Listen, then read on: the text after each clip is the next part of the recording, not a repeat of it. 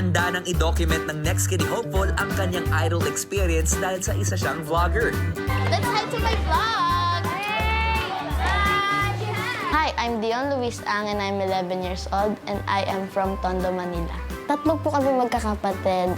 Ngayon po, gumagawa po kami ng vlog. Then, nagkakamaraming views po. Yung vlog po namin is about mga food po na tinatry po namin. Dion, pakilala mo naman kami sa mga kuya mo. Ito po si Kuya Daiki po and ito po si Kuya Aldrich. Si Kuya Aldrich po, sumali din po siya sa mga contest. He loves to sing din po. Then si Kuya Daiki naman po, he loves to dance naman po. Bago pumasok si Dion at harapin yung mga judges natin, ano ba yung mga last minute na paalala mo sa kanya?